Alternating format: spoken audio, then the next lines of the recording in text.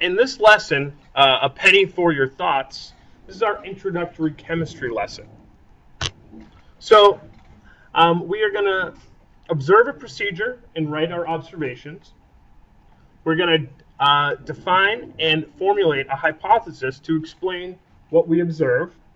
And also, we're going to come up with our first definition of chemistry. Forward. So the first people that really came up with any idea of the atom, they were the Greeks, the ancient Greeks, or those are the ones who recorded it first. So they came up with the idea, and that's actually where the word atom came from. So originally, in about 400 BC, the Greeks were the first people that tried to understand what matter was made of. And matter, we're going to talk more about that next class in our next lesson, What's a Matter? But they thought that everything was broken down and could be composed of earth, wind, fire, and air. They said everything was made up of those things. Now remember, in about 400 BC, they didn't have high technology. They were just beginning to develop things. This is a long time ago. This is almost 2,500 years ago.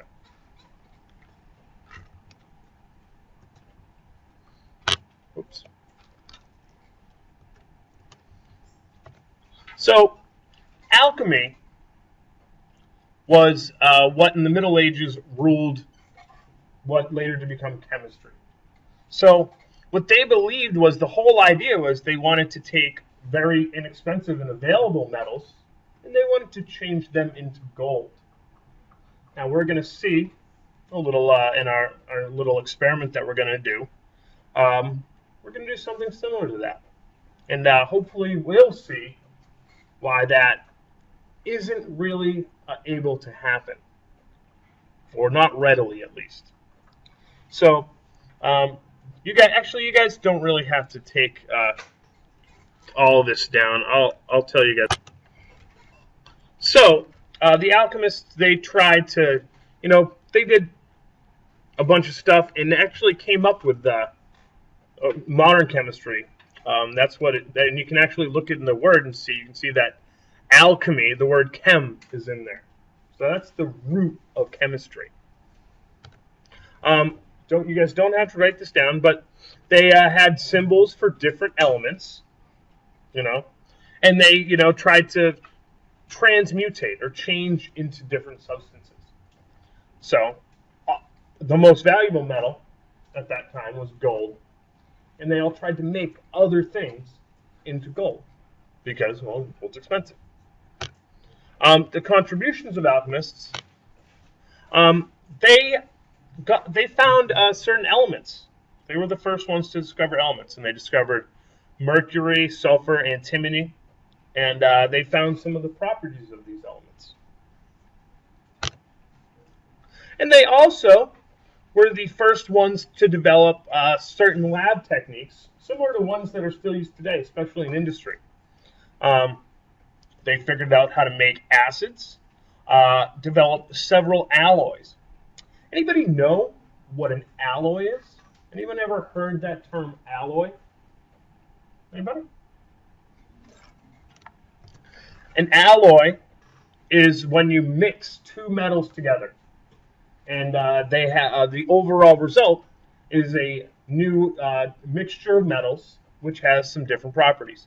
And they also developed some of the glassware that is similar to some stuff that we use today. So they weren't all, it wasn't all lost in there. They did contribute some things to modern chemistry. An alloy is a mixture of metals, guys. So that's an important thing. And you may have heard that if you guys took earth science before, or even back in 8th grade physical science. So you guys don't have to take this down. This is just summing up some of the things that alchemists did. They discovered some elements. They learned to prepare acids, made some lab apparatus. That means basically apparatus is just something that is used to do something. It has a purpose in the chemistry lab.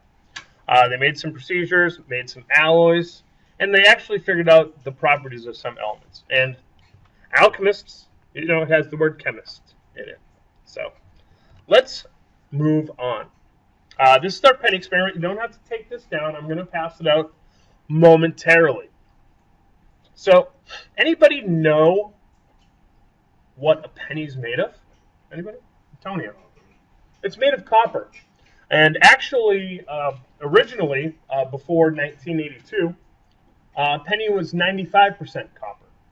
Now it's actually made of another metal. Anyone know what metal is most of the mass of a penny now? Starts with Z. Zinc, yeah. Most of the penny is made of zinc right now because the price of copper went up so much that the amount of copper in a penny was worth more than a penny. So that's when they started to make it into different things. So let's take a look. Let's get started in our little lab. Let me just pass. So in the penny experiment, we started off with a orange metal. And let's think about that. That's made of a bunch of different little orange atoms. Copper itself is an element. So after we added the penny to the zinc and sodium hydroxide solution, we observed it turning to a silvery color. Now, hopefully we'll be able to figure out what happened in a molecular level, on the particle level, to the individual atoms. That's what I mean by the particle level. And we're going to be able to describe this. Then we heated the silver penny, and we made it gold. So it appeared to be gold. So let's use molecular modeling to explain this, okay? So who thinks, guys, let's get a little informal poll. Who thinks we actually took copper, made it silver, and then gold? Who thinks that? Nobody? Who doesn't think that happened? Good work, guys. You guys are bright. Because we all know if I can make gold, I'd just make gold all day. That's why else is it unlikely is that copper atoms, they're a certain type of atom. Silver atoms are another type of atom. And gold atoms are even different types of atoms. So what I did here is I made a little molecular model to hopefully help us figure out what we see on the outside and use that to explain what happened at the molecular level. Can you just keep your head up, please? Thank you. So we started off here with this represents the copper, which is the orange particles. We heated it up with sodium hydroxide and zinc. And that's actually, there's actually a reaction that happened there, which took the zinc, and it actually moved the zinc atoms to coat the copper penny. So what we observed is the penny turn to a silvery color. What really happened was we were just pumping zinc atoms to coat the copper. Has anyone ever heard of electroplating? Or has anybody ever bought a gold-plated jewelry or silver-plated something? You guys familiar with that? Anybody? No? A lot of times you'll see here things are gold-plated or silver-plated. And that's called electroplating. And that's similar to what we've done here. So that's why it appeared to be a silvery color. And then we put it in the Bunsen burner. And what happened there was it actually just mixed up. We mixed up the particles. We added some energy. We got them moving. And this is what we see.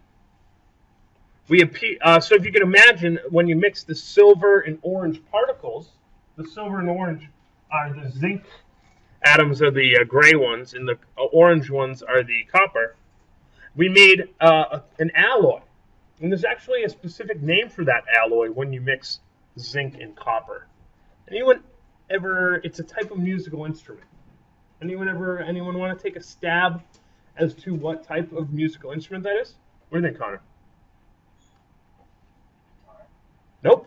It's a genre of musical instrument. Or I'm not too far up in my music, but nope. It's a different type. Nope. Nope. Nope. You guys are right. It's a name of a metal mixture. Brass. Very good, Cassidy. So this is actually brass, a mixture of zinc and copper. In fact, actually, most metals that you guys see are actually alloys. Anyone ever hear of 24 karat gold versus 18 karat or 14 karat gold? So 24 karat gold is pure. That's pure gold. That's 24 out of 24 of those atoms are gold atoms. Now, that's very expensive because gold's pretty expensive. And also, gold is a very soft metal. So 24 karat gold isn't very, it's useful for some things, but for other things, it's not very useful. The mixture of 14 karat gold means 14 out of 24 of the gold atoms, or 24, excuse me, 14 out of 24 of the atoms are gold. So that's what it means by 14 karat gold, or 18 karat gold, meaning 18 of the 24 molecules are gold. So that's what that means. That's a different application of chemistry. So I think we are about done.